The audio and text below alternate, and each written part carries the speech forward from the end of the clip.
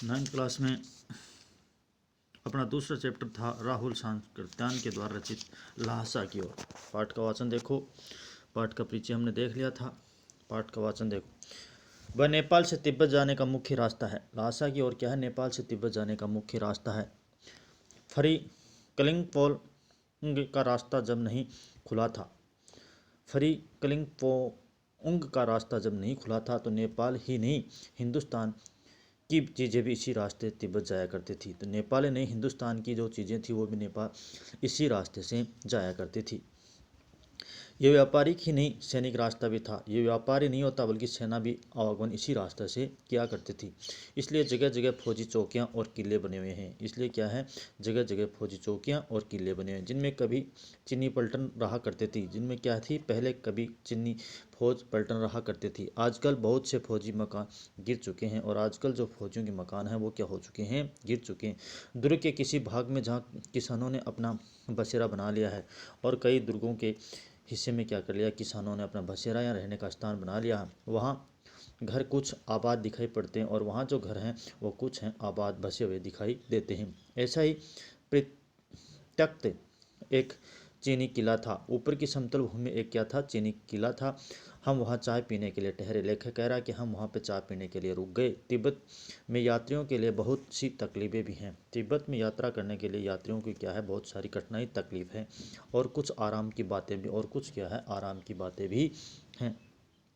वहाँ जाति पाति छुआछूत का सवाल ही नहीं है। या जाति पाति धर्म कुछ नहीं है, अर्थात ऊंच नीच का कोई क्या नहीं है? सवाल नहीं है। और न औरतें पर्दा करती है और न ही औरतें घूंघट करती है, पर्दा करती हैं।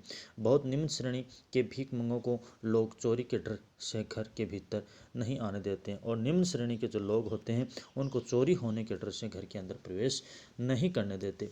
नहीं तो आजकल बिल्कुल घर के भीतर चले जा सकते हैं, नहीं तो आप क्या हैं? घर के अंदर भी जा सकते हैं, कोई रोक टोक नहीं। चाहे आप बिल्कुल अपरिचित हो, चाहे आप जानकार हो या ना हो, लेकिन चोरी के डर से वो नहीं जाने देते। बल्कि और जो कोई है निम्न जाति के अलावा वो घर तक जा सकते हैं।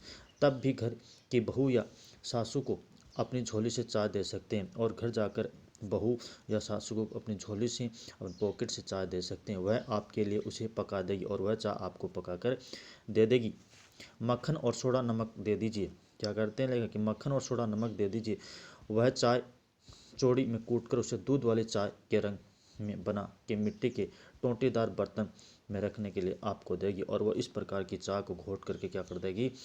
मिट्टी के बर्तन में आपको देती है। यदि बैठक की जगह चूल्हे से दूर है, अगर बैठक या बैठने की जगह चूल्हे से क्या है? अलग है और आपको डर है कि सारा मक्खन आपकी चाय में नहीं पड़ेगा और आपको यह डर है कि मक्खन पूरा चाय में नहीं पड़ेगा, तो आप खुद जाकर चौड़ी में चाय मंथ कर ला सकते हैं। तो खुद आप रसोई घर में जाकर चाय बनाकर ला सकते। चाय का रंग तैयार हो जाने पर फिर नमक मक्खन डालने की जरूरत होती है और चाय का रंग तैयार होने के बाद में मक्खन और नमक डालने की क्या होती है? जरूरत होता था। इतनी स्वतंत्रता होती है, चाहे कोई परिचित व्यक्ति हो वो भी चूल्हे तक जा सकता है, लेकिन सिर्फ निम्न जाति के लोग हैं उनको चोरी के डर से वहाँ तिब्बतवासी अंदर प्रवेश नहीं करने देते हैं। प्रत्यक्ष चीनी किले में जब हम चलने लगे, लेखक कह रहा जब हम ऊपरी सीमा से समतल सीमा से हम चलने लगे तो एक आदमी राहदारी मांगने आया। अर्थात राहदारी मतलब रास्ते का चार्ज मांगने, खर्च मांगने। हमने वह दोनों चीटें उसे दे दी। दोनों चीटें लेखक ने उसे दे दी। शायद उसी दिन वह थोइला से पहले आखिरी गांव में पहुंच गए। और लेखक कह रहा उसी दिन हम थोइला से आखिरी गांव पहुंच गए। यहाँ भी सुमिति के जान पहचान के आदमी थे। लेखक के साथ जो थे सुमिति उनके जान पहचान के आदमी यहाँ थोइला में थे। और भीख मंगे रहते भी ठहरने के लिए अच्छी जगह मिली। यहाँ भीख मंगे रहते हैं फिर भी ठहरने के लिए क्या मिली? अच्छी जगह मिली। 5 साल बाद हम इसी रास्ते से लौटे थे। लेखक कह रहा 5 साल पहले आए थे और अब 5 साल बाद में पुनः इसी रास्ते से लौटे थे और भीख मंगे नहीं है। और अब क्या है? भीख मंगे नहीं है। एक भद्र यात्री के वेश में घोड़ों पर सवार होकर आए थे। लेखक कह रहा हम भद्र सज्जन आदमी के वेश में घोड़ों पर सवार होकर आए थे, किंतु उस वक्त किसी ने हमें रहने के लिए जगह नहीं दी थी। उस वक्त क्या नहीं दी? रहने के लिए जगह नहीं दी और हम गांव के एक सबसे गरीब झोंपड़े में ठहरे थे। लेखक कह रहा है कि हम गांव के एक सबसे गरीब झोंपड़े में ठहरे थे। बहुत कुछ लोगों ने उस वक्त की मनोवर्ती पर ही निर्भर है। लेखक कह रहा बहुत कुछ उस वक्त की क्या मनोवर्ती पर ही निर्भर है। खासकर शाम के वक्त संग पीकर बहुत कम होश हवास को दुरुस्त रखते हैं। शाम के वक्त क्या करते हैं, संग होती है अपने शराब के टाइप के नशीले पदार्थ, उसको पीकर क्या करते हैं, होश हवास को दुरुस्त कर देते हैं। अब हमें सबसे विकट डांडा थोइला पार करना था। लेखक कह रहा अब हमें क्या है, सबसे विकट रास्ता है डांडा थोइला पार करना था। डांडे तिब्बत से सबसे खतरे की जगह है। तिब्बत से क्या सबसे खतरे की जगह है। 16-17 हज़ार फीट की ऊंचाई होने के कारण उनके दोनों तरफ मीलों तक कोई गांव गिराव नहीं होते हैं। अर्थात 1600 फुट की ऊंचाई, 16-17 हज़ार फीट की ऊंचाई होने के कारण दोनों तरफ क्या नहीं है, कोई गांव नहीं है। नदियों के मोड़ और पहाड़ों के कोने के कारण, नदियों के मोड़ हैं और पहाड़ों के कोनों के कारण बहुत दूर तक आदमी को देखा नहीं जा सकता और बहुत दूर तक क्या है, आदमी दिखाई नहीं देता। डाकुओं के लिए यही सबसे अच्छी जगह है और डाकुओं के लिए क्या है, सबसे उत्तम स्थान या अच्छी जगह यही है। तिब्बत में गांव में आकर खून हो जाए, तिब्बत से गांव में आकर क्या हो जाए, खून हो जाए तो खूनी को सजा भी मिल सकती है। तो क्या है, खूनी को सजा मिलती है। लेकिन इन निर्जीव स्थानों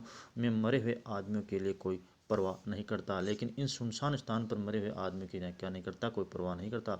सरकार खुफिया विभाग और पुलिस पर उतना खर्च नहीं करती। लेकिन सरकार है यहाँ की, वो खुफिया विभाग और पुलिस पर क्या नहीं करती, इतना खर्च भी नहीं करती। और वहाँ गवाह भी तो नहीं मिल सकता और ऐसी सुनसान जगह पर क्या नहीं मिलता, गवाह भी नहीं मिल सकता। डकैत पहले आदमी को मार डालते हैं। डकैत क्या करते हैं, पहले आदमी को मारते हैं, उसके बाद देखते हैं कि कुछ पैसा है कि नहीं, उसके बाद देखते हैं कि इसके पास कुछ पैसा है या नहीं। हथियार का कानून न रहने के कारण यहाँ लाठी की तरह लोग पिस्तौल बंदूक लिए फिरते हैं। यहाँ हथियार न रखने का कानून नहीं है, इसलिए लोग यहाँ लाठी की तरह पिस्तौल अपने साथ रखते हैं। डाकू यदि जान से न मारे तो, लेखक कह रहा है कि डाकू अगर जान से न मारे तो खुद उसे अपने प्राण का खतरा है। अगर अर्थात खुद को प्राणों का खतरा होता है, इसलिए वो उसे जान से ही मार देता है। गांव में हमें मालूम हुआ, लेखक कह रहा है हमें गांव में मालूम हुआ कि पिछले ही साल थोइला के पास खून हो गया था। पिछले साल क्या हुआ, थोइला के पास खून हो गया। शायद खून की हम उतनी परवाह नहीं करते। लेखक कह रहा है खून की इतनी परवाह नहीं करते क्योंकि हम भीख मंगे थे और लेखक भीख मंगों के वेश में थे। और जहाँ कहीं वैसी सूरत देखते टोपी उतार जीभ निकाल कुछ ही कुछ दया दया एक पैसा कहते। अर्थात जहाँ कहीं कोई ऐसी स्थिति बनती तो लेखक क्या करते, जीभ निकालते और कुछ ही करने लग जाते। अर्थात एक एक पैसा दे दो, भीख मांगने लग जाते। कहते भी भीख मांगने लगते और क्या करने लग जाते, लेखक भीख मांगने लग जाते। लेकिन पहाड़ की ऊंची चढ़ाई थी, पहाड़ की ऊंची चढ़ाई थी, पीठ पर सामान लाद कर कैसे चलते हैं, पीठ पर सामान ला कर कैसे चलते हैं। और अगला पड़ाव 16-17 मील से कम नहीं था। लेखक कह रहा अगला पड़ाव है 16-17 मील से कम नहीं था। मैंने मुसीबत से कहा कि यहाँ से लंगकोट तक के लिए 2 घोड़े कर लो। लेखक ने क्या कहा कि मैंने मुसीबत से कहा यहाँ से लंगकोट के लिए 2 घोड़े कर लो, सामान भी रख लेंगे और चढ़ाई भी रख लेंगे। इस आधार पर इसका वाचन हो रहा है, चढ़ाई का वर्णन किया जा रहा है, तिब्बत की यात्रा का वर्णन किया जाता है। आज के लिए इतना ही, बाकी का वाचन है वो अगले वीडियो में किया जाएगा। धन्यवाद।